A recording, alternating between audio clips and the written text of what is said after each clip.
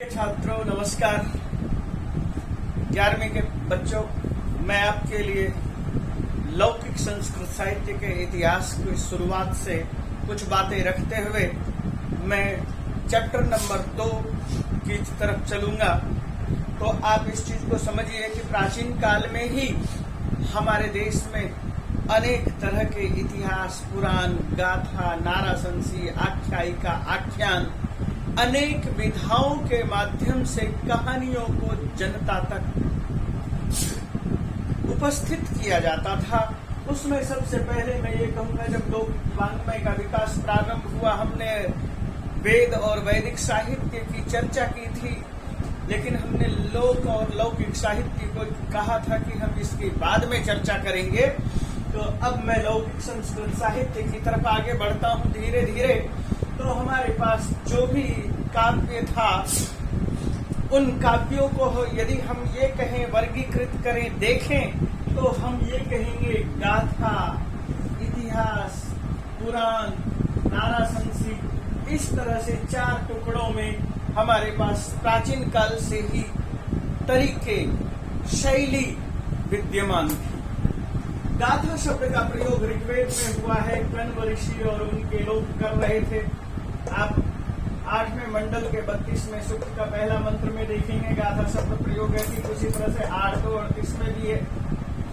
1-4-34 में भी भृगवांगिरस के द्वारा गाथा शब्द का वर्णन किया गया है और गाथा शब्द हमें इस तरह से ऋग्वेद में मिलता है। इसी तरह से गाथा शब्द का एक और विकल्प आया कि महर्षि विश्वामित्र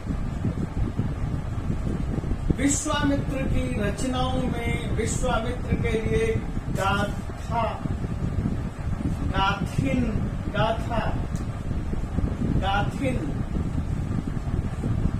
गाथी और गाधी वंश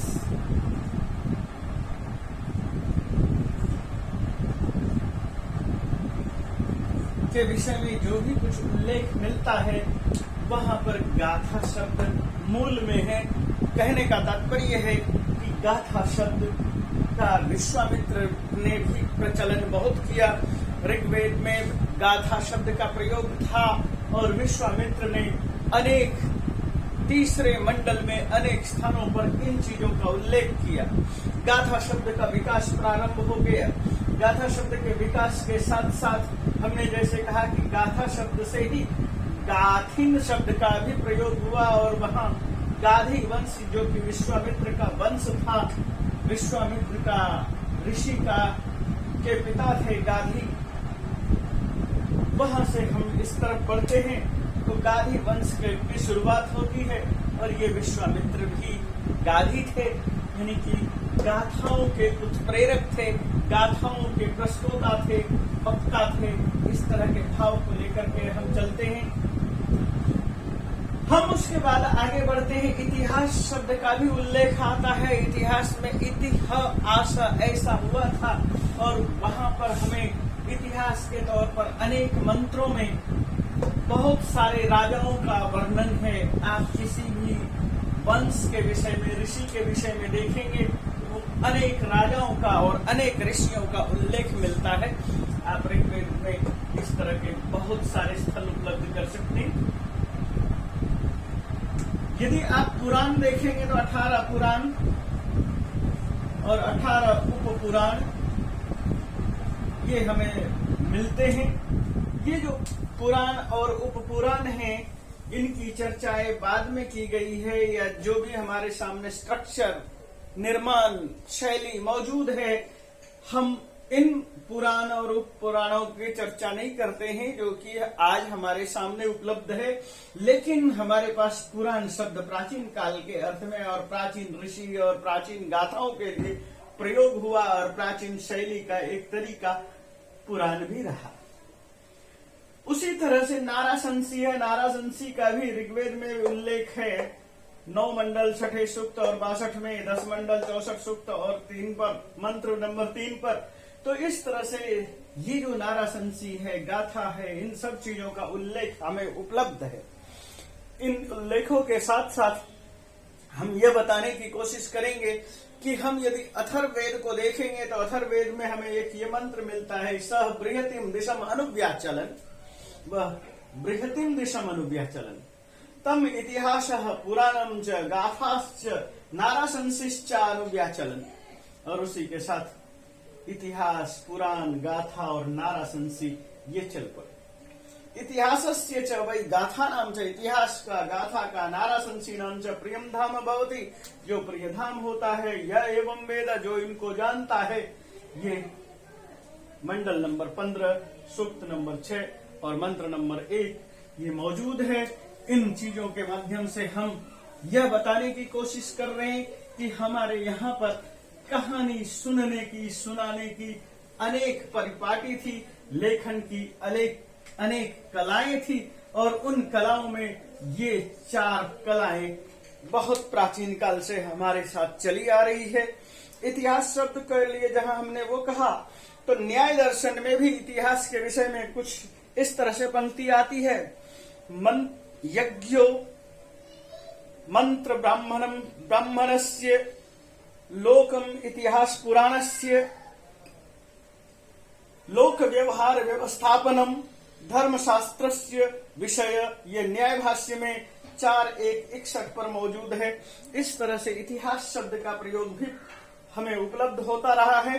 तो इतिहास के झलकियों में जब हम जाते हैं तो इसके अतिरिक्त हमें रामायण की तरफ हम बढ़ते हैं। लौकिक साहित्य, संस्कृत साहित्य, रामायण और रामायण की चर्चा हमने बहुत पहले कर दी है।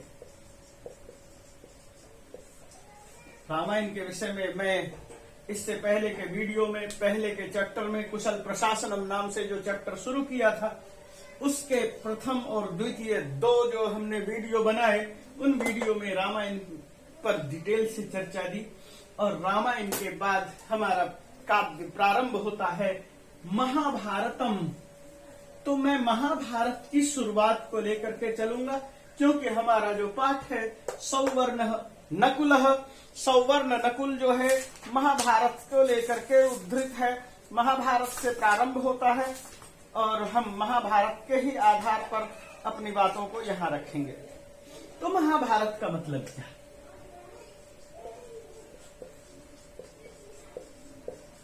हमारे सामने शब्द है महाभारतम। महाभारत का मतलब महत्वाद भारवत्वाद,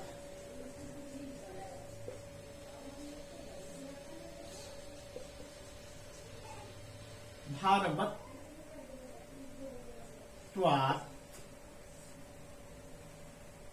महत्वात् भारवत्वाच्च महाभारतम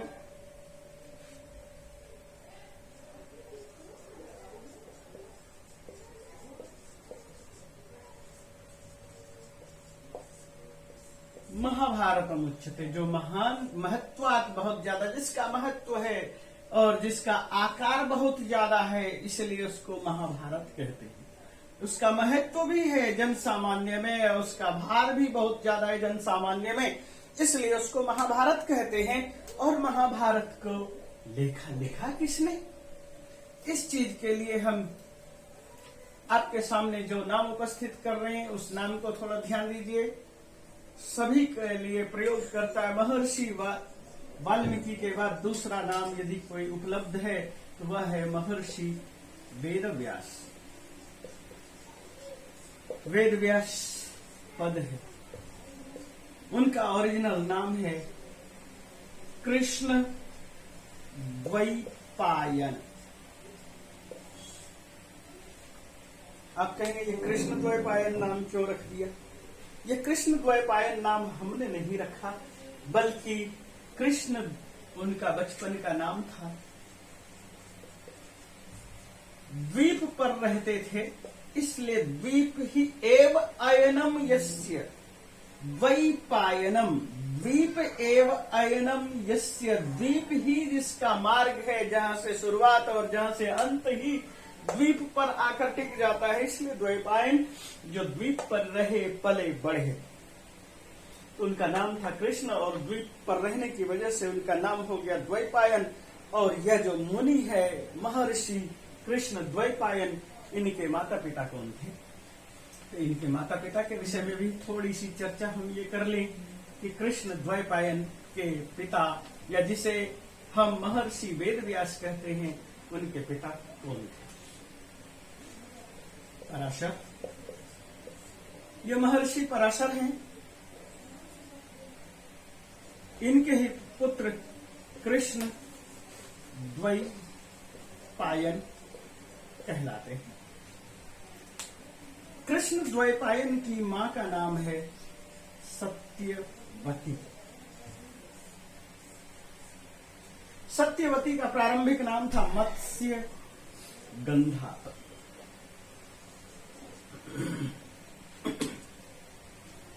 अब आपके सामने मैंने सत्यवती और मत्स्य गंधा ये सब नाम आपके सामने रखे। कुछ लोगों की ये मान्यता भी है कि चेदी वंश के राजा वसु की पुत्री सत्यवती थी और उसका पालन पोषण एक मल्लाह ने किया।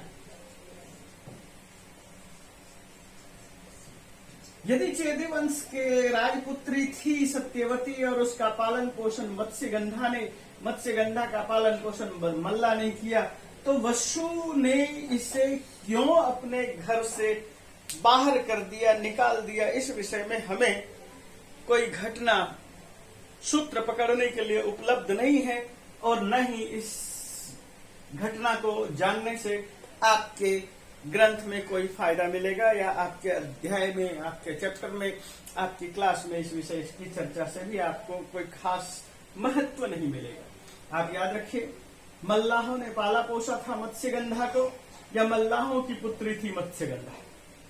मत्स्यगंधा का ही नाम सत्यवती रखा। वो पराशर की पत्नी बनी।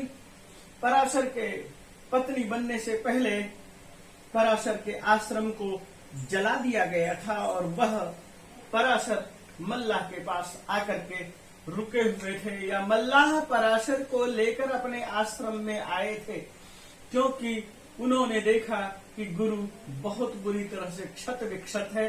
और उसके बाद नदी भ्रमण यात्रा जो मत्स्यगंधा के द्वारा कराया जाता था सुबह शाम, उसी दौरान कृष्ण पैदा हुए। कृष्ण से तात्पर्य है कृष्ण द्वैपायन। ये कृष्ण वर्ण के होने की वजह से कृष्ण थे, कृष्ण नाम पड़ा इनका, और ये द्वीप पर रहने की वजह से कृष्ण द्वैपायन हुआ। महाभारत के विषय में, महाभारत के लेखक के विषय में इतनी सारी हमने जानकारी हासिल की। तो बच्चों, मैं वापस आ रहा हूं अपने ही शब्द पर। पराशर मुनि से कृष्ण द्वैपायन पैदा हुए, कृष्ण पैदा हुए और द्वीप पर पले बड़े होने की वजह से द्वैपायन कहा गया।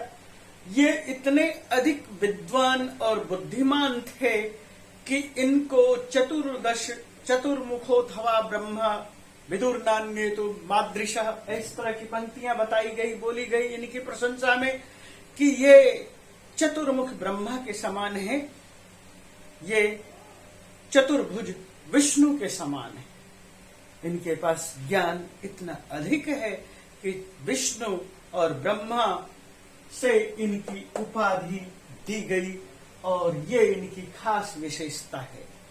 तो मैं इसमें आपके सामने यह कहना चाहूंगा कि जो भी कथा वस्तु की प्रारंभ हुई महाभारत में, तो महाभारत शुरू होता है शांतनु से, प्रियव्रत के पुत्र शांतनु से, और उसके बाद जो क्रम चलता है, शांतनु की पत्नी गंगा का पुत्र देवव्रत, जो बाद में प्रतिज्ञा की वजह से भीष्म पितामह पैदा हुए, और चित्रवीर्य, उसके बाद सत्यवती का विवाह चित्रवीर्य विचित्रवीर्य, और उसके बाद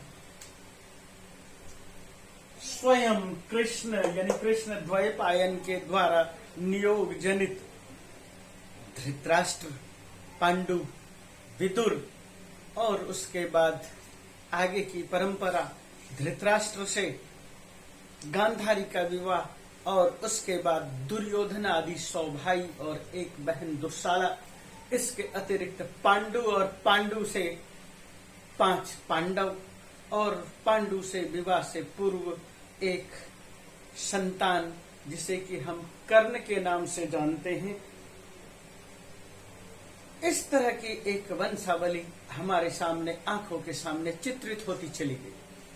तो जो भी कुछ है श्री कृष्ण द्वैपायन की अथाह ज्ञान और श्री कृष्ण द्वैपायन के ज्ञान के सामने लगभग सभी नतमस्तक थे और कृष्ण द्वैपायन के लिए ये कहा, त्रिभिर वर्षै सदोत्थाय कृष्ण द्वैपायनो मुनि। 3 वर्षों तक लगातार मेहनत करते हुए रात भर जगते रहे, दिन भर सोते रहे और बहुत कड़ी मेहनत के बाद कृष्ण द्वैपायनो मुनि, महामुनि कृष्ण द्वैपायन ने महाभारतमाख्यानम कृतवानिदम उत्तमम, और यह उत्तम महाभारत नाम का काव्य लिखा गया, महाभारत काव्य की रचना की।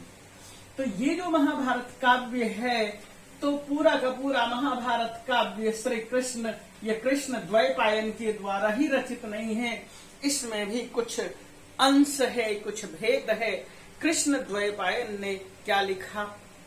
कृष्ण द्वैपायन ने तो हमारे सामने हर जितने भी आप गीता प्रेस गोरखपुर या कहीं से भी प्रकाशित पुस्तक उठाइए और शुरुआत में ही आपके पास लिखा हुआ मिलेगा, नारायणम नमस्कृत्य नरम चैव नरोत्तमम देवीं सरस्वतीं व्यासम ततो जयमुदीर्यते।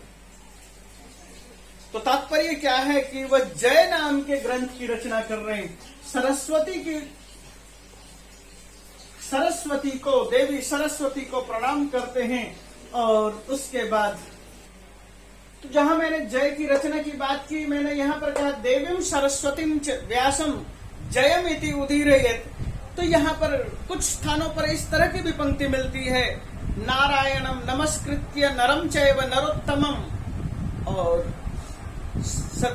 ततो सत्यवती सुतः व्यासो सत्यवती सुतः जयमिति उदीरयेत्। व्यासो सत्यवती सुतः जयमिति उदीरयेत्। व्यास जो है सत्यवती का पुत्र है और वह जय नाम के काव्य की रचना कर रहे हैं।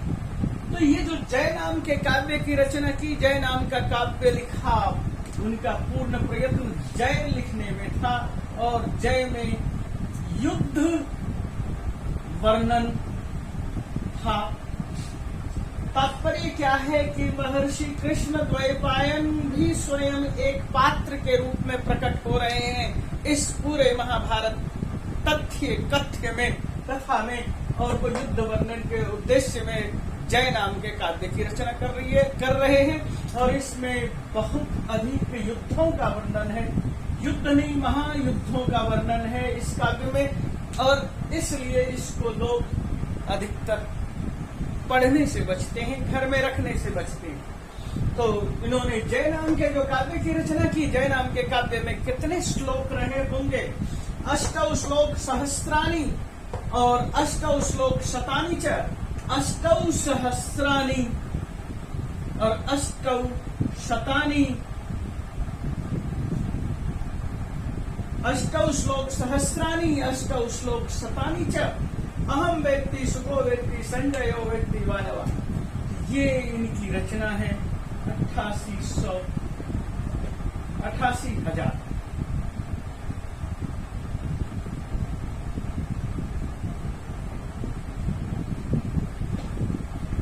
ये इनकी रचना है। जय नाम के काव्य की रचना हुई। जय नाम के काव्य में 88,000 श्लोक हैं। 8 श्लोक सहस्राणी, 8 श्लोक शतानी च। अहम व्यक्ति मैं जानता हूँ, सुखो व्यक्ति सुख कौन है? महर्षि वेदव्यास के सुपुत्र हैं, सुख है। संजय व्यक्ति संजय कौन है? संजय जिसको कि जो कि युधिष्ठिर युद्ध के विषय में सारी की सारी व्यवस्था कर रहे थे, ज्ञान दे रहे थे, सब कुछ बता रहे थे, आंखों देखा हाल बता रहे थे, दिव्य दृष्टि थी। संजय जानता है, मैं जानता हूँ, सुख जानता है या संजय जानता है, वानवा अथवा कोई जानता है या नहीं जानता है, इन चीजों की हम यहाँ पर चर्चा कर रहे हैं। तो बात ये आई 88,000 श्लोक। तो यहाँ पर मैं इसको इस तरह से लिखता हूँ, एक रूप जय 88,000 श्लोक 8,800 है तो 8800 श्लोक है 8800 श्लोक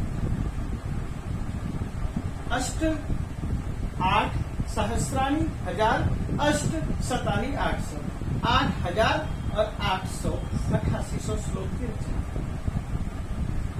कृष्ण द्वैपायन के शिष्य थे महर्षि वैशंपायन।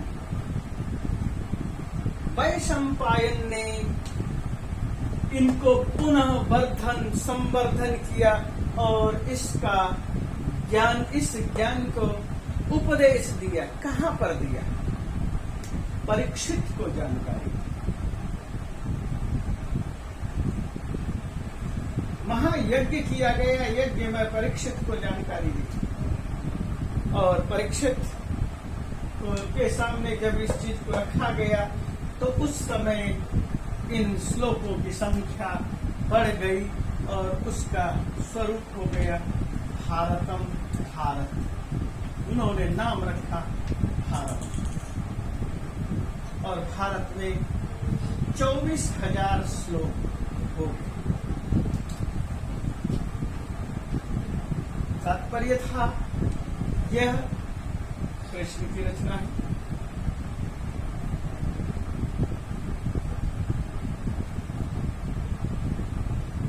ये रचना वैशंपायन की है, ये इनके शिष्य है। कृष्ण द्वैपायन के ही शिष्य है वैशंपायन। कृष्ण द्वैपायन ने ही वैशंपायन को सिखाया, समझाया, पढ़ाया, लिखाया और इसके अतिरिक्त भी अनेक शिष्य हुए हैं। उनकी चर्चा हम यहाँ पर नहीं करेंगे। तो इन्होंने जो कुछ भी लिखा 24 सहस्रीम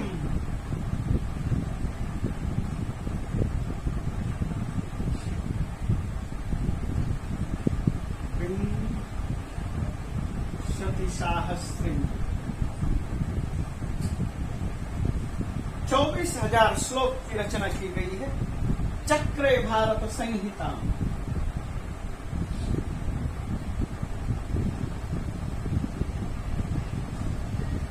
अब इसका नाम पड़ गया भारत संहिता। 24 सहस्राणी चक्रे भारत संहिता उपाख्यानैर्विना तावत् भारत उपाख्यानैर्विना तावत्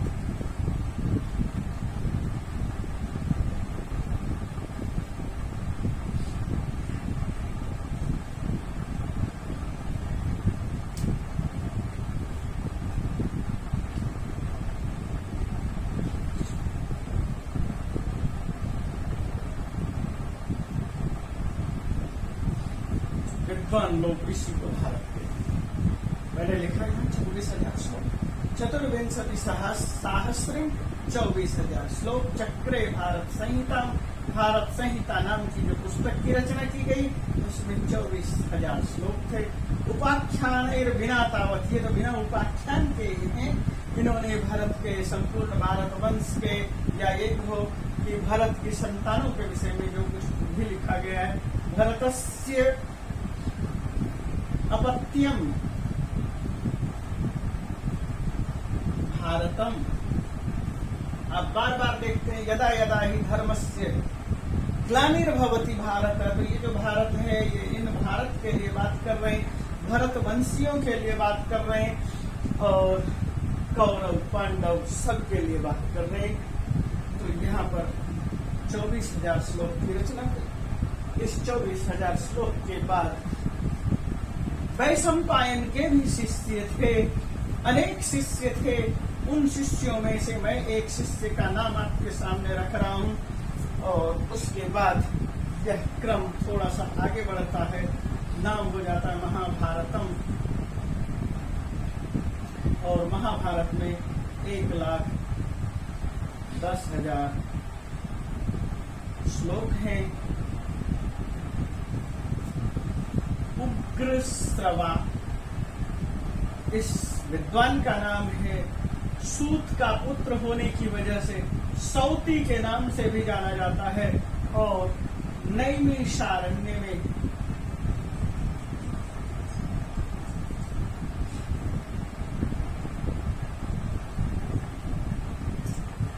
उग्रश्रवाणे सौतीने नैमिषारण्य में 1,10,000 श्लोकों वाले महाभारत को ऋषियों के सामने, महर्षियों के सामने उपस्थित किया, जिसके अंदर आख्यान, उपाख्यान, पूरे के पूरे शास्त्रों को इन्होंने सबके सामने उपस्थित कर दिया, ये रख दिया। और इस तरह से हमारे सामने जो उपलब्ध है, तो ये 1,16,10,000 मैंने यहाँ पर लिखा। इनके समय 24,000 थे, यहाँ पर 76,000 ही थे। अब ये जो चीजें हैं हमारे सामने उपलब्ध हैं, 76,000 उग्रश्रवा चौबे संपायन इसी के श्लोक 88 कृष्णद्वय का। तो महाभारत में ये श्लोक थे, लेकिन हमारे सामने जो है महाभारत के 3 संस्करण उपलब्ध हुए। मुंबई संस्करण,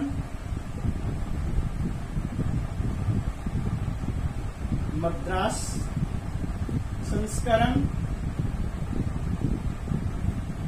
और कलकत्ता, जिसे आप कहते हैं कोलकाता संस्करण। ये 3 संस्करण हमारे सामने उपलब्ध थे। रामायण महाभारत को चेक करने के लिए यहाँ पर ज्यादा पढ़े लिखे लोग थे, और इनके श्लोकों को जब हमने देखा या देखा गया, तो 76,000 से 90,000, 90,000 से 1,00,000 और 1,00,000 से 1,10,000 ये श्लोक जो हमारे सामने उपलब्ध हो गया।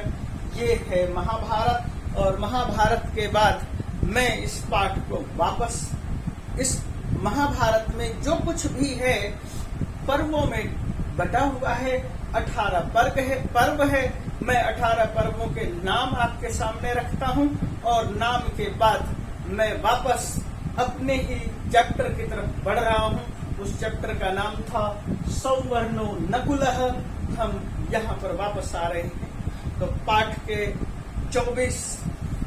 18 पर्वों का नाम देख लीजिए, जान लीजिए। तो बच्चों, हमने ये बताया कि महाभारत में कितने पर्व हैं।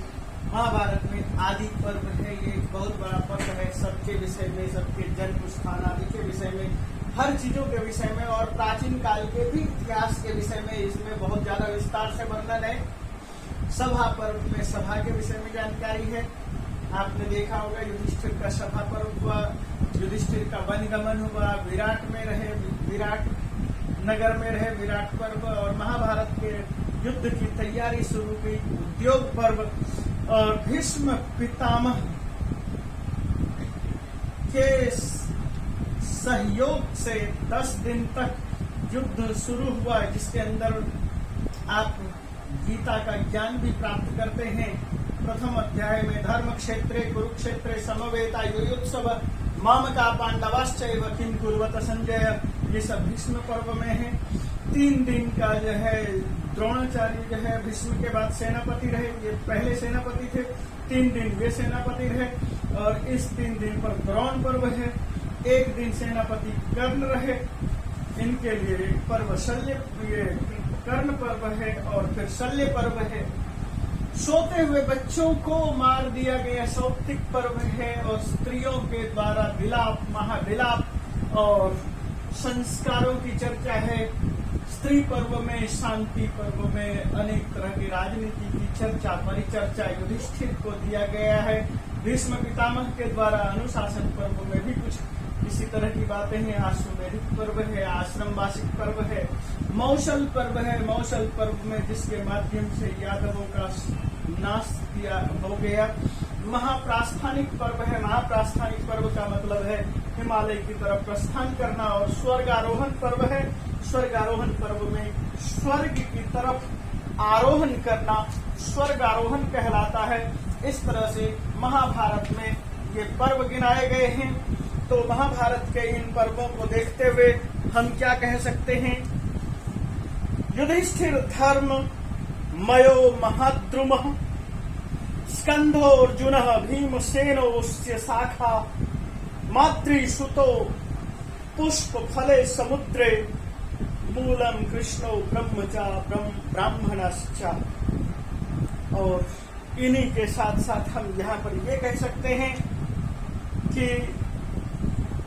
जो कुछ यहाँ है, धर्मे च अर्थे च कामे च, धर्म अर्थ और काम, जिन चीज और मोक्ष, जिन चीजों की आप यहाँ पर चर्चा करना चाहते हैं वह सब कुछ यहाँ मिलेगा।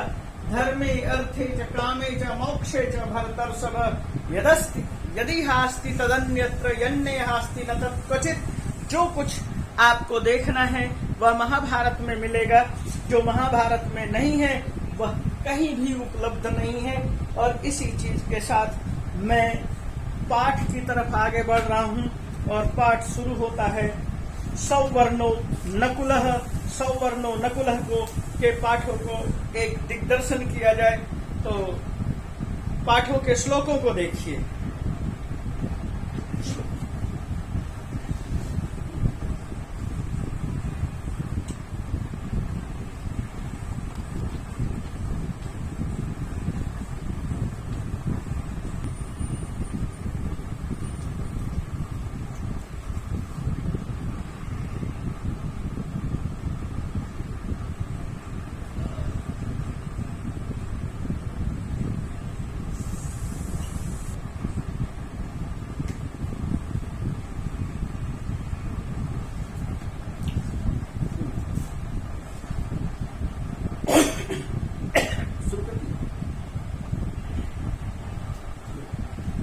तो सौवर्णो नकुला, सौवर्ण नकुल सोने का नेवला।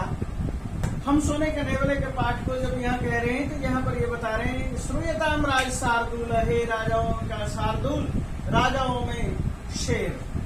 तो राज शार्दूल, राजा का शार्दूल किसके लिए संबोधन हुआ? तो यहाँ पर सुनाने वाला कौन है और सुनने वाला कौन है, किसके लिए संबोधन है, ये जानना बहुत जरूरी है। महत आश्चर्य उत्तमम, उत्तम आश्चर्य हुआ, बहुत बड़ा आश्चर्य हुआ, हे राज शार्दूल।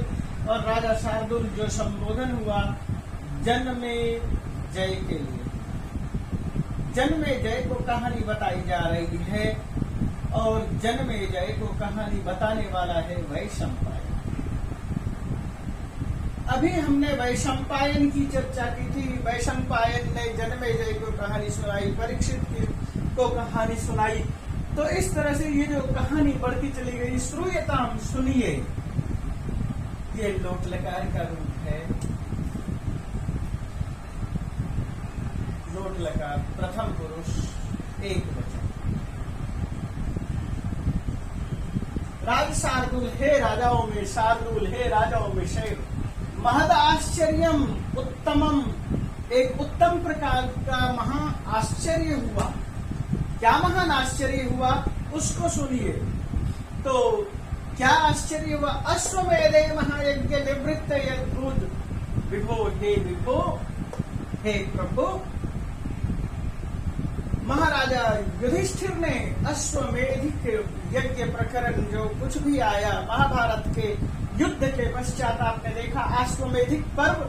तो अश्वमेधिक महायज्ञ में अश्वमेध महायज्ञ किया। निवृत्त यद अभूत, कब किया? निवृत्त यद अभूत, युद्ध के निवृत्ति के बाद जो अश्वमेध नाम का यज्ञ किया गया उस समय एक अद्भुत यद भूत जो हुआ, ये यद भूत इस तरह का प्रयोग है। जो कुछ घटना घटी उसको आप समझिए। यद भूत, इसको ऐसे रखिए। एक अद्भुत घटना हुई, एक अद्भुत घटना घटी। हे विभो, हे राजर्षि, हे शार्दूल। युद्ध के लौटने के बाद उन्होंने महायज्ञ किया। महायज्ञ अश्वमेध महायज्ञ था और उसमें एक जबरदस्त घटना थी। वो जबरदस्त घटना थी महद आश्चर्यम, महान आश्चर्य पैदा करने वाला, और उत्तमम, बहुत ज्यादा उत्तम घटना है, बहुत ज्यादा श्रेष्ठ घटना है। और वह श्रेष्ठ घटना क्या है उस चीज को मैं यहाँ पर अब आपके सामने रख रहा हूँ। ये कहानी मैं फिर से बता रहा हूँ। ये जन्मेजय के द्वारा को सुनाया जा रहा है, वैशंपायन सुना रहा है। बिलान निष्क्रम्य नकुलो, बिलात बिल से निष्क्रम्य निकलकर निष्क्रम्य, बिलात शब्द है पंचमी विभक्ति एक वचन, निश ये निश सर्ग है, निर्निश दुर्दुष, तो निर्निश ये इस तरह से मानकर चलिए, और क्रम धातु है और ल्यप निकल कर, निष्क्रमण करके, बाहर निकल के। कौन निकला बाहर? नकुलः नेवला। और जैसे ही वो यज्ञ भूमि के तरफ पहुंचता है, यज्ञ भूमि में पहुंचा और रुक्म पार्श्वस्थ अनघ, हे महान पवित्र राजन, रुक्म पार्श्व व नेवला जो है, रुक्म सोने का, स्वर्ण, पार्श्व, पार्श्व से तात्पर्य है उनके बगल। जब वह नेवला वहां पर जमीन पर लेटा, यज्ञ भूमि में लेटा, तो उसका कुछ हिस्सा सोने का बन गया। अब किस यज्ञ की बात कर रहे हैं, इसको थोड़ा सा गंभीरता से और विचार करना है और सुनना है। और वह नेवला मानुषम वचनम प्राहा, मनुष्य के वचन में बोला। नेवले ने मनुष्य की आवाज में कहा, क्या कहा? धृष्ट, जिसको हम दबाया नहीं जा सकता, बिलाशय, बिल में सोने वाला जो महान नेवला है, जिसके आवाज को दबाया नहीं जा सकता था, वह नेवला दबाव में नहीं आने वाला था। उस नेवले ने मानुषम वचनम प्राह, मनुष्य के वचन में कहा, मनुष्य की आवाज में कहा, मनुष्य की तरह से बोला। क्या कहा? कि युधिष्ठिर के द्वारा राजसूय यज्ञ किया था, उस राजसूय यज्ञ में मनुष्य की वाणी में नेवले ने कहा। वैशंपायन सुना रहे हैं जन्मेजय को, युधिष्ठिर के अश्वमेध यज्ञ के विषय में कहा जा रहा है कि युधिष्ठिर के अश्वमेध यज्ञ में एक जबरदस्त घटना घटी, एक अद्भुत घटना घटी कि जब यज्ञ कंप्लीट हो चुका था और उस यज्ञ के बाद वह नेवला आया और नेवले ने बिना किसी दबाव के मनुष्य की आवाज में कहा, हे अनघ, हे पुण्यात्मा। क्या कहा? उस चीज को अब अगले श्लोक में।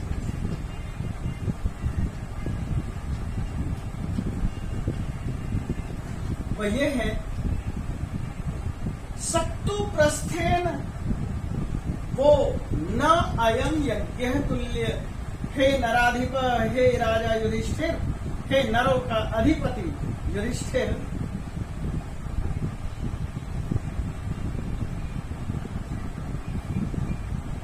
हे राजन, हे नराधिप युधिष्ठिर, सत्तु प्रस्थेन वो, सत्तु प्रस्थ के समान वो तुम्हारा अयम यज्ञ, सत्तु प्रस्थेन यज्ञ तुल्य न अयम यज्ञ, सत्तु प्रस्थ यज्ञ के समान सत्तु भर, सत्तु सत्तु के लिए प्रयोग होता है सत्तु, और ये जो सत्तु है आप यानी जौ, भुना हुआ गेहूं आदि से बनाते हैं, भून करके उसको पिसा दिया जाता है, वह सत्तु होता है। तो सत्तु प्रस्थ नाम का एक यज्ञ हुआ। वह जो यज्ञ था सत्तु का यज्ञ था, और वह सत्तु भी कितना था? बहुत थोड़ा था, जिसकी हम आगे चर्चा करेंगे। अयम यज्ञ, उसके यज्ञ तुल्य अयम यज्ञ न, यज्ञ नहीं है। क्या मतलब हुआ? वैशंपायन सुना रहे जन्मेजय को कि युधिष्ठिर ने अश्वमेध यज्ञ किया, और अश्वमेध यज्ञ के करने के बाद वहां पर एक नेवला आया और मनुष्य की आवाज में बोला, जो धृष्ट था, बिना किसी तरह के दबाव में आने वाला बिल्कुल भी नहीं था, और उसने कहा, हे नराधिप युधिष्ठिर, वो यज्ञ, ये जो तुम्हारा यज्ञ है, सत्तु प्रस्थेन यज्ञ तुल्य न शक्तुप्रस्थ यज्ञ के तुल्य के समान अयम यज्ञ न, ये तुम्हारा यज्ञ नहीं है। तुमने बेशक अश्वमेध यज्ञ कर लिया, लेकिन यह शक्तुप्रस्थ यज्ञ के बराबर वे नहीं है। शक्तुप्रस्थ सत्तु भर यज्ञ के बराबर भी नहीं है। यानी कि कुछ सत्तु, यानी कि एक शेर या आधा शेर, एक पाव जो सत्तु है, उसके द्वारा जो यज्ञ किया गया था, उस यज्ञ के बराबर, उस यज्ञ के मुकाबले आपका अश्वमेध यज्ञ कहीं नहीं ठहरता। अब आप देखिए, अब ऐसी बातें जब युधिष्ठिर से कही जा रही है, तो युधिष्ठिर की क्या प्रतिक्रिया है, तो वो उस यज्ञ के विषय में जानना चाहते हैं। वो क्या है? पुंछावृत्ते वदान्यस्य कुरुक्षेत्र निवासिन। हम यहाँ पर किस यज्ञ की चर्चा कर रहे हैं? शक्तु यज्ञ की चर्चा कर रहे हैं। और ये शक्तु यज्ञ क्या था? तो कहते हैं एक पुंछावृत्ति वाला था। अस्य वदानी, हम उसके विषय में बोल रहे हैं। कुरुक्षेत्र निवासी न, जो कुरुक्षेत्र में निवास करने वाला था। कुरुक्षेत्र क्या है? धर्म क्षेत्रे कुरुक्षेत्रे समवेतायुत्सव मामका पांडवाश्चैव किम कुर्वत संजय। धर्म क्षेत्र है कुरुक्षेत्र। कुरुक्षेत्र के साथ धर्म जुड़ा हुआ है प्राचीन काल से ही। इसका तात्पर्य क्या है? कुरुक्षेत्र के पास सरस्वती नदी थी, और सरस्वती नदी के तट पर अनेक तरह के यज्ञ उपक्रम होते थे। और आप मनुस्मृति आदि में भी देखेंगे, सरस्वती नदी के ब्राह्मणों के, सरस्वती नदी के आसपास रहने वाले ब्राह्मणों की बड़ी जबरदस्त चर्चा है। और कहा गया है कि यहाँ पर भी आकर के ज्ञान का ग्रहण करें। एतदेश प्रसूतस्य सकाशादग्रजन्मन स्वं स्वं चरित्रं शिक्षेरण पृथिव्याम सर्वमानवा। वह धर्म क्षेत्र है जहाँ पर वेदों की कला, वेदों का विकास हुआ, वेदों की संरचना हुई, वेदों का निर्माण हुआ, वेदों का पठन पाठन हुआ। वह इस वजह से वह धर्म क्षेत्र है। कुरुक्षेत्र होते हुए पहले वह धर्म क्षेत्र है, बाद में कुरुक्षेत्र है। गुरु के द्वारा स्थापित क्षेत्र होने की वजह से वह कुरुक्षेत्र है, अन्यथा वह धर्म क्षेत्र तो है ही। वहां का निवासी था, उंछा वृत्ति वाला था। उंछा वृत्ति क्या होती है? किसान खेत अनाज काटता है, खेत से अनाज काटने के बाद वह अनाज को समेट करके घर ले जाता है, खेत से दाना दाना चुग करके ले जाता है। और उसके बाद भी हो सकता है उस खेत में कुछ दाने पड़े दिखाई दे जाए। उस दाने को चुग करके, उस दाने के द्वारा भरण पोषण करने वाले वृत्ति को उंछा वृत्ति कहा। समझ में आ गया होगा? किसान खेत में अनाज बोता है। जैसे मान लीजिए कि खेत में जौ है, गेहूं है, या गेहूं को काट लिया, गेहूं की जो कहीं छोटी मोटी बालियां छुटी रह गई है, उन बालियों को एकत्र करके और उससे जो है आटा तैयार करना, और उसके बाद उससे अपनी जीविका चलाना, उस वृत्ति को पुंछा वृत्ति कहा। यह बड़ी तपस्या की वृत्ति। तो मुझे लगता है कि यह उंछा वृत्ति आपको समझ में आ गया होगा। उंछा वृत्ति एक ऐसी वृत्ति है जहां पर हमें किसी के पास जाकर अनाज मांगना नहीं होता है। अपनी जीविका के लिए, अनाज के लिए हमें दूसरों के दरवाजे पर खड़ा नहीं होना होता है, बल्कि खेत में पड़े हुए अनाज से अपना गुजर बसर करना होता है। और यह वृत्ति इसलिए भी इतनी भयानक है क्योंकि 3 महीने खेत में अनाज पैदा हुआ, 3 महीने, उसके बाद कई महीनों तक खेत खाली पड़ा रह जाता है। या खेत में मान लीजिए कि धान है, धान को काटा और 1-2 महीना जो है खेत खाली पड़ा है, वहां पर जो है उन्होंने जो कुछ चुना, और 1 दिन चुन लिया, 2 दिन चुन लिया, कितने दिन तक चुनेगा और क्या क्या मिलेगा। दूसरी चीज, खेत में दूसरी फसलें शुरू हो जाएगी, तब वहां पर वो कैसे गुजारा करेगा। तो ऐसी वृत्ति उंछा वृत्ति इसलिए कहा गया है। प्राचीन काल में जो ब्राह्मण होते थे निर्मोही होते थे, बिल्कुल भी आसक्ति नहीं होती थी। वे घर के अंदर एक बर्तन रखते थे मिट्टी का, और उसमें ही कुछ धान्य वह भी 1 या 2 समय का इकट्ठा करके मांग कर लाते थे और एक समय के लिए रखते थे। और इस तरह से गुजारा करते थे। इसके लिए महाभाष्यकार ने भी कुछ लिखा है। इसी उंछा वृत्ति के लिए महाभाष्यकार ने लिखा था और ये कहा गया ब्राह्मणः, वे ब्राह्मण जो थे महान ब्राह्मण थे, क्योंकि वह एकमात्र उस पात्र में रखे हुए अनाज के भरोसे ही जीवित रहने वाले थे। वे सारे उंछा वृत्ति वाले थे। तो मैं यहाँ पर उंछा वृत्ति की आपके सामने चर्चा की और उंछा वृत्ति के विषय में बहुत कुछ कहा गया है। इसके लिए आपको मनुस्मृति देखना पड़ेगा और मनुस्मृति के लिए हमें यहाँ पर अभी समय का अभाव है। धर्म क्षेत्र कुरुक्षेत्र धर्मज्ञ बहुभिर्वृते। धर्म क्षेत्र है, अभी मैंने कुछ देर पहले कहा, यह धर्म क्षेत्र है, कुरुक्षेत्र है। कुरु के द्वारा बसाया हुआ यह क्षेत्र होने की वजह से कुरुक्षेत्र है। कुरु के द्वारा बसाया हुआ क्षेत्र कुरुक्षेत्र। कुरु राष्ट्र और कुरु जंगल।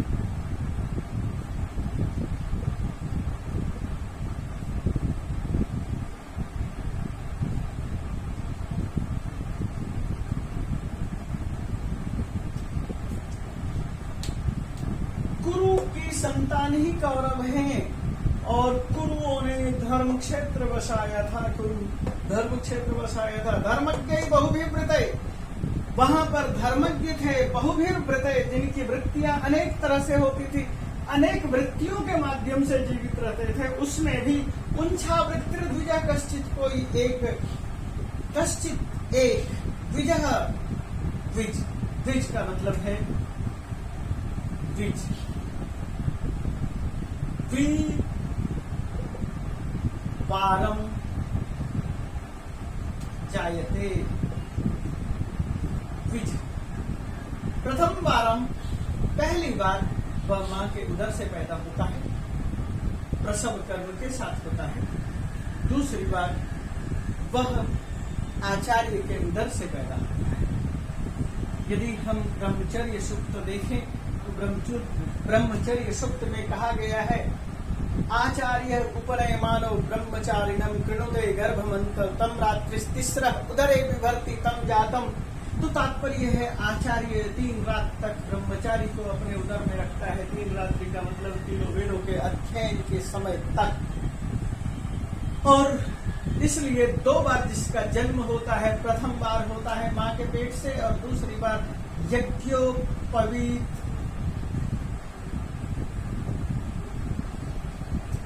संस्कार कराया जाता है। यज्ञोपवीत संस्कार के बाद जिसका जन्म हुआ, आचार्य के पेट से जन्म हुआ, 3 रात्रि वह आचार्य के पेट में रहता है, अर्थात 1 रात्रि 12 वर्ष का और 3 रात्रि का मतलब 36 वर्ष तक अपने आचार्य के आश्रम में रहता है, पढ़ता है, वेदों को पढ़ाता है। वह है आचार्य के आश्रम में रहना, इसलिए वह द्विज कहलाता है। तो उंछा वृत्ति द्विजा कश्चित, कोई द्विज था जो उंछा वृत्ति को ग्रहण किए हुए था। मैंने उंछा वृत्ति की आपके सामने वर्णन किया। कापोती रभवत पुनः, और वह कापोती की तरह था, जैसे कपोत की वृत्ति होती है। कपोत का तात्पर्य क्या है कि यदि मिल गया तो खा लिया, नहीं मिला तो आंख बंद करके चुपचाप बैठे। कापोती वृत्ति वाला था, कपोत की वृत्ति वाला था। इसलिए अब हम अगले श्लोकों को देखते हैं। तो बच्चों, मैंने जैसे कि आपके सामने ये बात रखी कि वैशंपायन को कहानी सुनाई जा रही है और वैशंपायन जो कहानी जन्मेजय को सुना रहे हैं और वह कहानी सुनाई गई एक नेवले के द्वारा युधिष्ठिर को। तो कहानी कुछ आगे बढ़ती है। हम ब्राह्मण के उंछा वृत्ति की बात करते हैं। ब्राह्मण धर्म क्षेत्र में पैदा हुआ था, कुरुक्षेत्र में पैदा हुआ था, वहां का निवासी था। सभार्य, भार्यया सह, सभार्य पत्नी के साथ, सपुत्रेण पुत्र के साथ, पुत्रेण सहित सपुत्र, भार्यया सहित सभार्य, भार्या पत्नी के साथ, पुत्रेण सपुत्र के साथ।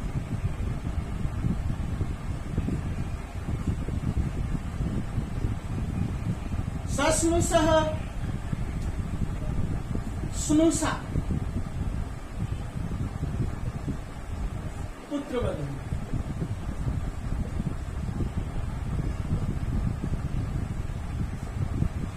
तपसी स्थित, तप में स्थित रहता। वधू चतुर्थो वृद्ध स, और चौथा वृद्ध। वधू चतुर्थो वृद्ध,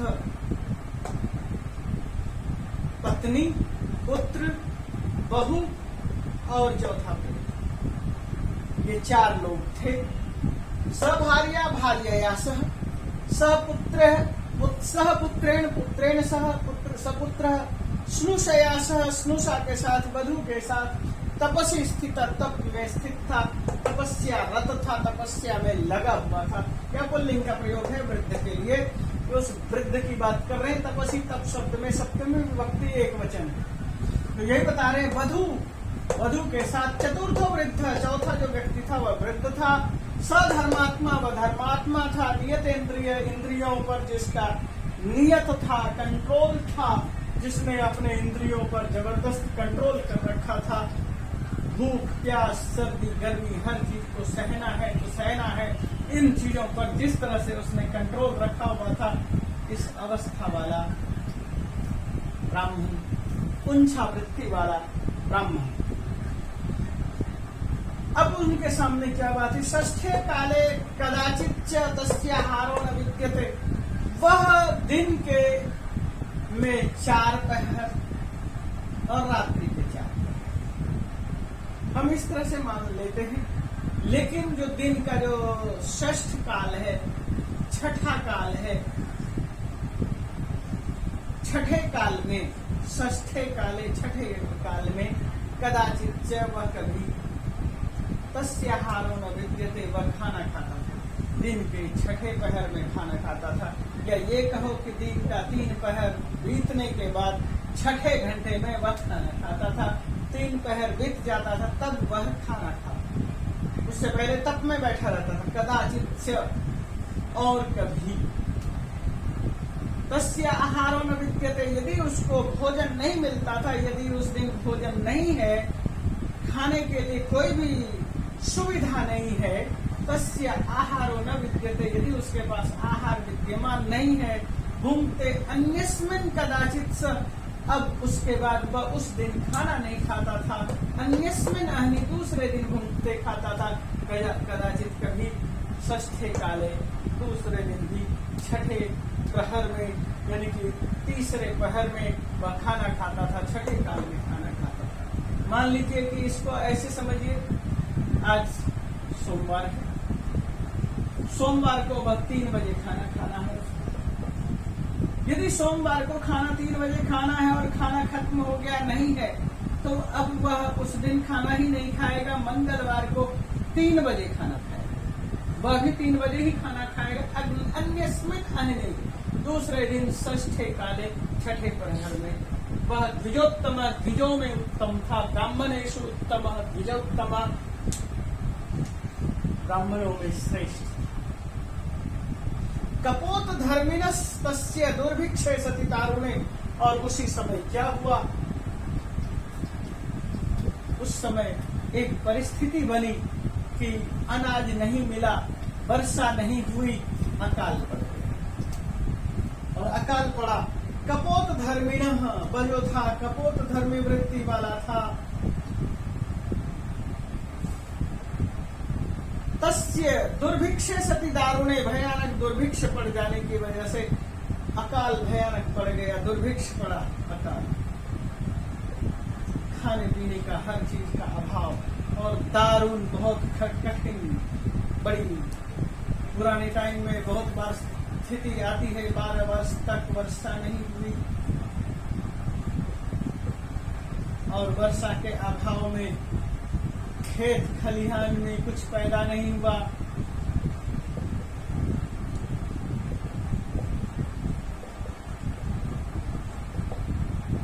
ऐसी स्थिति को ही अकाल कहा जाता था। भयानक अकाल पड़ गया, और उसने क्या किया? क्षीण औषधि समवायो, अनाज खेतों में कहीं नहीं मिला, और वह भूख से व्याकुल हो गया, छटपटाने लगा। उन्होंने जंगल में जाकर औषधि, जो दुर्लभ औषधियां थी उनको समवायः एकत्र करना शुरू किया। और द्रव्यहीनो अभवत्, उसके पास खाने पीने का कोई संसाधन न होने की वजह से द्रव्य खाद्य पदार्थ से हीन हो गए। खाद्य पदार्थ से हीन होना, द्रव्यहीन हो जाना, अभवत हो गया। तदा तब तात्पर्य क्या है कि एक तो वह छठे पहर में खाना खाता था, और उसके बाद यदि उस दिन खाना नहीं मिलता था तो अगले दिन छठे काल में खाना खाता था, और अकाल पड़ गया, खेतों में अनाज कहीं पैदा नहीं था, अनाज कहीं नहीं मिल रहा था। ऐसी स्थिति में वह द्रव्यहीन हो गया। किसी तरह से औषधि एकत्र करके कुछ इकट्ठा कर रहा था, ऐसी अवस्था आ गई। और ऐसी अवस्था आने के बाद अथ षष्ठे काल गते काले 6 प्रहर, 6 काल यानी कि वह जो है तीसरा प्रहर बीत जाने के बाद क्या होता था,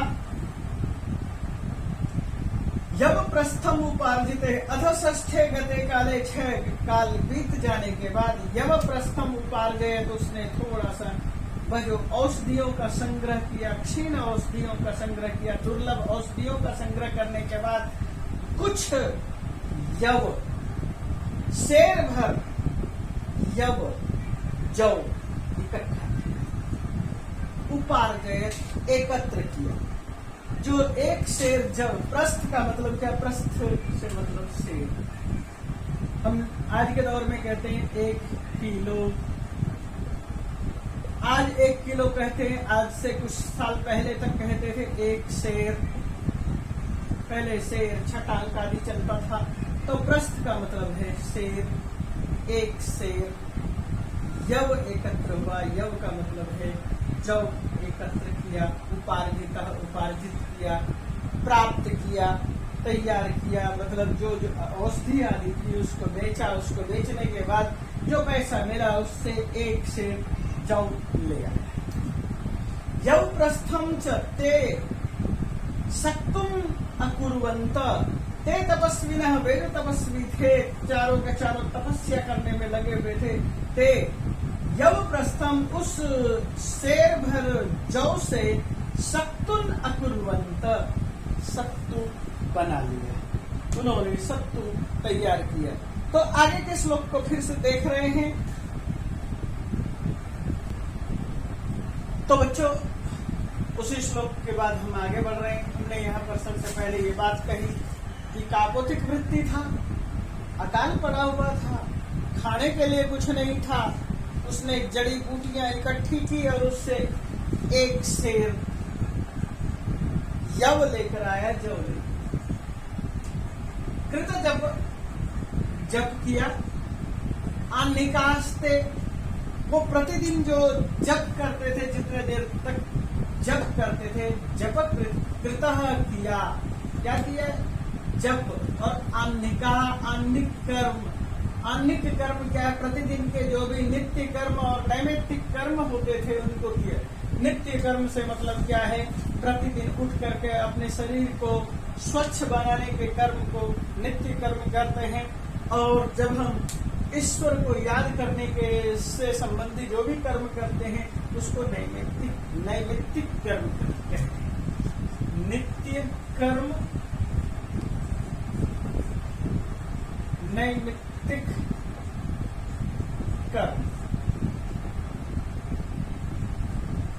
नित्य कर्म प्रातः उठकर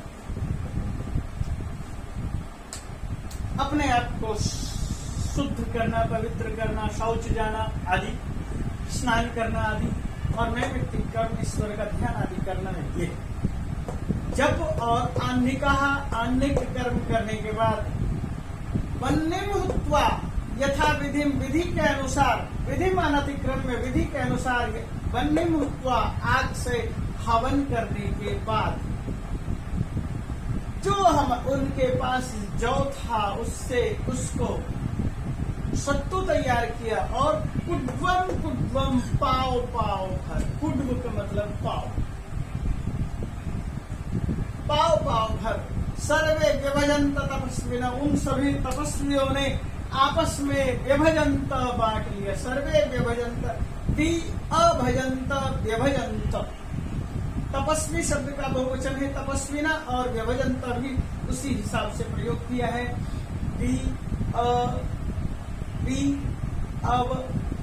अभजंत व्यभजंत, उन्होंने विभाजन कर लिया, विभाग बनाया।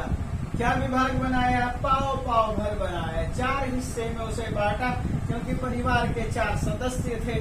4 हिस्सों में उन्होंने उस सत्तू भर, शेर भर सत्तू को बांट लिया। और जैसे ही वो बांटा और खाने के लिए बैठे, अथा आगच्छत् द्विजा कश्चित्, और जैसे वे खाने के लिए बैठे, अथा उसके बाद द्विजा कश्चित् अतिथि, कोई द्विज अतिथि, कोई ब्राह्मण अतिथि, भुंजताम, उनके खाते हुए अवस्था में, तदा जैसे वे खाने के लिए बैठे, खाने को वे कोर उठा करके मुंह में डालने के लिए तैयार हुए, उसी समय कश्चित् द्विज, कोई द्विज आगच्छत्, आ गया, अथा आगच्छत्, उसके दरवाजे पर आ गया। तेम तम दृष्ट्वा अतिथि, उन्होंने उस अतिथि को देखा। कुटिया थी, कुटिया में से ही उन्होंने अतिथि को देखा।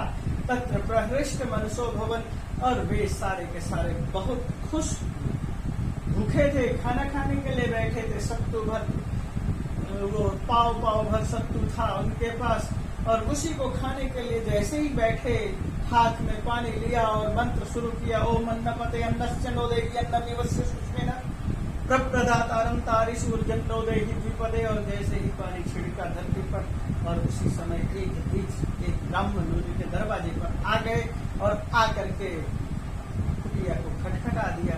और वे ते तम दृष्ट्वा अतिथि, वे उस अतिथि को देखकर प्रसन्न हुए। तत्र प्रहृष्ट मनसो अभवन, वे बहुत ज्यादा प्रसन्न होकर के उनके पास पहुंचे। और क्या किया? कुटिम प्रावेशयत, उस अतिथि को कुटिम प्रावेशयामासु, सबने मिलकर के कुटी में प्रवेश कराया। क्षुधार्तम अतिथिम तदा, और वह जो अतिथि था वह क्षुधा से व्याकुल था, वह अतिथि भी भूखा था। उस समय भूखे अतिथि को उन्होंने अपनी कुटिया में प्रवेश कराया। यहाँ लिट लकार का रूप है। आशा आसतु आसु प्रावेशयामाशा प्रावेशयामासतु प्रावेशयामासु। और जब उसको कुटी में प्रवेश कराया और क्या कहा? इदम अर्घ्यम, यह पीने के लिए पानी है। इदम पाद्यम, यह पीने के लिए जल है। वृषि, बैठिए। यम च अनघ, हे अनघ, हे पवित्र आत्मन, यहाँ पर निवास कीजिए, बैठिए। सूचय सक्तवश्चे में, ये हमारे पास जो सत्तू है, सूचय पवित्र है। नियमोपार्जिता, हमने नियम से इसको तैयार किया है, नियम पूर्वक हमने इसको अपने पास तैयार किया, बनाया। और प्रतिगृह्णस्व, इसे ग्रहण करो। भद्रम ते, हे भद्र, मया दत्ता, मैंने दिया है। हे द्विजोत्तम, हे द्विजों में श्रेष्ठ, तुम्हारे भद्र के लिए, तुम्हारे कल्याण के लिए मैंने इस चीज को तैयार किया है। ये सत्तू है, इसे ग्रहण करो। और इसको ग्रहण करने के बाद इसका भोग करो। वृषि का तात्पर्य क्या था? आसने उपविश वृषि, यम वृषि, यह आसन है, इस पर बैठिए। हे अनग, हे प्रभु, इस तरह का संबोधन है। और इसके बाद यहाँ द्विजोत्तम है, द्विजेषु उत्तम द्विजोत्तम। और इसके बाद हम अगले श्लोक को देखेंगे। अगले श्लोक को शुरू करते हैं। द्विजेषु उत्तम इत्युक्त्वास्तान् उपादाय सक्तून् प्रादात् द्विजातये। इति प्लस उक्त्वा, इत्युक्त्वा, इस प्रकार कह के, तान उपादाय, उन्हें लेकर के, सक्तुन प्रादात, सत्तू को दे दिया। द्विजाते, द्विजाति शब्द का चतुर्थी विभक्ति द्विजाते, उस द्विजाति अतिथि के लिए, द्विज अतिथि के लिए सक्तून, सत्तू प्रादात दे दिया। इत्युक्त्वा, ऐसा कहकर, जो उसने कहा, हे द्विजोत्तम, हे द्विज श्रेष्ठ, हे भरतर्षभ, विजयर्षभ, इस तरह से बहुत सारे संबोधन है और सभी श्रेष्ठ अर्थ का पर्यायवाची। तथा संतुष्टो अभवत, और उसके बाद विप्रह, वह जो विप्र था, जो अतिथि था, वह संतुष्ट हो गया। तस्य साधोर महात्मन, उस महात्मा साधु के द्वारा किए गए अतिथि सत्कार से, तस्य उसके आतिथ्य से, अतिथि सत्कार भाव से, महात्मन संतुष्ट अभवत, महात्मा संतुष्ट हो गया। और महात्मा के संतुष्ट महात्मा प्रीतात्मा, प्रेम से, प्रीति से जो प्रसन्न संतुष्ट होने के बाद सतम वाक्यम इदम आह, उसने यह वाक्य कहा, इदम वाक्यम आह, यह वाक्य कहा। आह, आहतु, आव लिटलकार का प्रयोग है। द्विजर्षभम, उस द्विजर्षभ को, द्विजश्रेष्ठम, द्विज ऋषभम, द्विज ब्राह्मणेषु ऋषभम, ब्राह्मणेषु धर्मम, ब्राह्मण धर्मी को, श्रेष्ठ पुरुष को कहा। वाग्मी, वही वाक्य था, उसने कहा द्विजश्रेष्ठो धर्म पुरुष विग्रह, धर्म पुरुष के रूप में, विग्रह के रूप में, धर्म पुरुष के रूप में अवतरित उसने ऐसा कहा। ये सारे के सारे धर्म पुरुष विग्रह, विजयश्रेष्ठ, वाग्मी, स, प्रीतात्मा, ये विजयश्रेष्ठ, ये सब अतिथि के लिए पर्यायवाची शब्द। शुद्धेन तव दानेन, हे पुरुष, हे धर्म विग्रह, उसने क्या कहा? आह, क्या कहा? शुद्धेन तव दानेन, तेरे दान से शुद्ध होकर के, न्यायोपात्तेन यत्नतः, जिसने न्याय से प्राप्त किया था, उस दान के द्वारा, उससे प्राप्त दान से, यथाशक्ति विमुक्तेन, जिसने शक्ति के अनुसार उस दान को, उस धर्म से प्राप्त किया, उसे बलपूर्वक न्याय के अनुसार शुद्ध तुम्हारे भाव को देख करके दान से मैं प्रीतोस्मि, बहुत ज्यादा प्रसन्न हूँ। तुमने मुक्त भाव से, मुक्त कंठ से सब कुछ दिया, इसलिए प्रीतोस्मि, मैं बहुत प्रसन्न हूँ। विजय सत्तमा, विजयेषु सत्तमा, ब्राह्मणों में सत्तम, सज्जन पुरुषेषु उत्तमा सत्तमा, विजय सत्तमा, हे विजय सत्तम, मैं बहुत ज्यादा प्रसन्न हूँ। ब्रह्मचर्य, ब्रह्मचर्य से, यज्ञेन, यज्ञ से, दानेन, दान से, तपसा, तप से, अगह्वरेण धर्मेण, जिस तरह से जो धर्म, गह्वरेषु नास्ति, अगह्वर प्रत्यक्ष धर्म से तुमने ये सब कुछ किया है, यथाकृतः, जैसा किया है, तस्मात्, इसलिए, गच्छ, जाओ, हे द्विज, दिवम गच्छ, द्युलोक में जाओ, तुम स्वर्ग लोक की तरफ प्रस्थान करो। और जैसे उसने इस तरह से कहा, अगह्वरेण, गह्वर शब्द का इन्होंने अर्थ बताया। गह्वर शब्द का सामान्यता अर्थ क्या होता है कि गह्वर गुफा में, जो गह्वर धर्म के लिए ये नहीं कह सकते कि धर्म एक संकुचित दायरे में है, धर्म कोई गुफा में रहने वाली चीज नहीं, प्रकट और गह्वरेण प्रकटे धर्मी, धर्म से साक्षात्कृत धर्मानः ऋषयः ते आसन्, वे साक्षात्कृत धर्म ऋषि थे, उन्होंने धर्म को प्रकट कर रखा था, धर्म को सरल बना रखा था, धर्म को स्वच्छ बना रखा था। और उसने कहा, हे विजय, हे ब्राह्मण, गच्छ दिवम, द्युलोकम गच्छ, स्वर्गम गच्छ, स्वर्ग जा।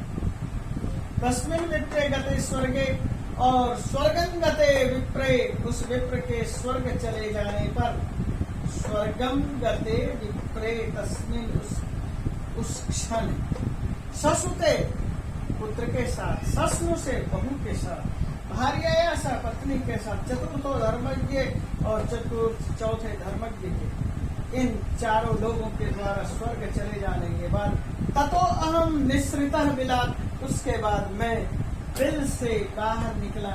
ये किसने कहा? युधिष्ठिर को उस नेवले ने कहा कि उस ब्राह्मण के स्वर्ग जाने के बाद मैं दिल से निकला।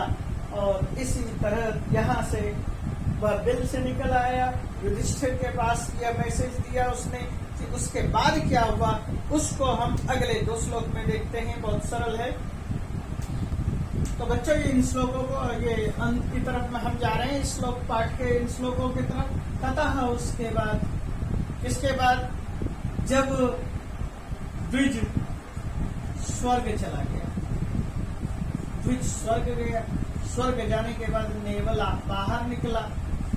ततः तू, उसके बाद सत्तु गंधेन, सत्तु की गंध से, सत्तु की सुगंध से,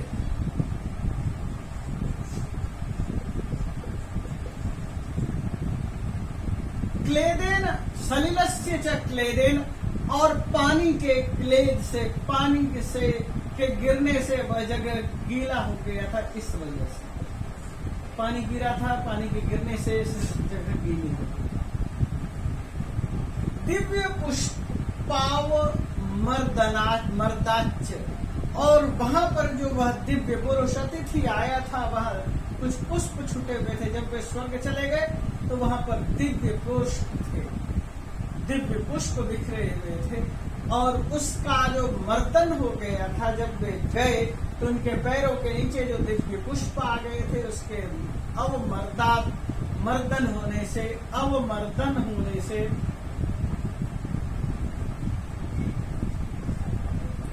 उनकी रगड़ से, अवमर्दन रगड़, उनके रगड़ जाने की वजह से साधु दान लवैश्चतै, हे साधु, तई उन महापुरुषों के द्वारा, उन द्विज ब्राह्मणों के द्वारा, दान लवई, थोड़े से दान से भी, अल्प दान से भी, विप्रस्य तपसा, विप्र के तप से, तस्य उसका, उस नेवले का, शिरो शर, कांचनी कृतम, में शिरः, मेरा जो ये शिर है, कांचनी कृतम, नेवला बोला मेरा ये सर, कांचनी कृतम, यह अकंचनम आसीत तस्य कंचनीभूतम, कांचनी कृतम, हमारा शरीर, सिर कांचन का हो गया, स्वर्णमय हो गया।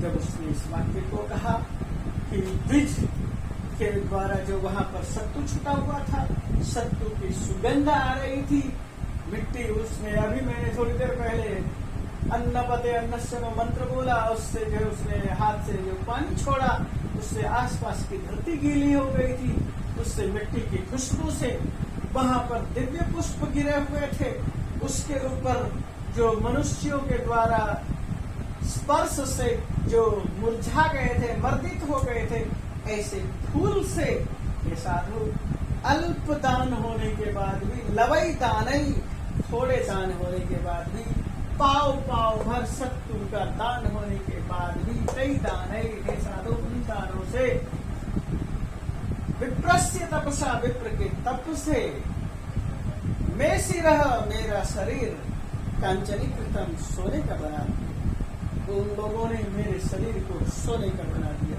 तात्पर्य क्या है कि उनके तप में, उनके त्याग में, इतनी साधना की वजह से उन्होंने इतनी शक्ति पाई थी कि उसके उन थोड़े से सत्तू के टुकड़ों की वजह से मेरा शरीर सोने का।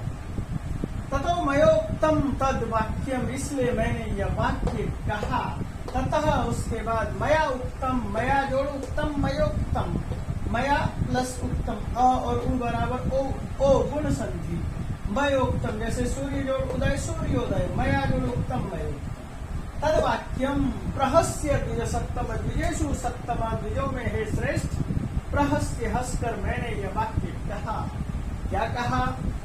सक्तु प्रस्थेन यज्ञोयम संहितो नेति, सक्तु प्रस्थ के यज्ञ के बराबर, सक्तु प्रस्थेन यज्ञ, सक्तु के प्रस्थ, पाव भर, शेर भर सत्तू के द्वारा किए हुए एक यज्ञ के बराबर भी, अयम यज्ञ है, यह जो यज्ञ है, न नहीं है, सर्वथा संहितो, न सर्वथा मान्य नहीं है। कहने का तात्पर्य क्या है? हे धर्मराज युधिष्ठिर, आपने अश्वमेध यज्ञ किया, इस अश्वमेध यज्ञ में लाखों करोड़ों लोगों को निमंत्रित किया, हीरे जवाहरात बांटे, और उस यज्ञ में जो कुछ भी हुआ वह यज्ञ पाव भर सत्तू की तुलना में बहुत छोटा है, इसी के साथ मैं इस पाठ को यहाँ एंड कर रहा हूँ। युधिष्ठिर के सामने जो बातें कही गई, युधिष्ठिर के अश्वमेध यज्ञ की तुलना सत्तू भर यज्ञ से, शेर भर सत्तू के यज्ञ से तुलना की गई, और यह भी कहा गया कि तुम्हारा अश्वमेध यज्ञ उससे बहुत छोटा है, बहुत अल्प है। इसी के साथ मैं इस पाठ को यहाँ विराम देता हूँ। बच्चों धन्यवाद।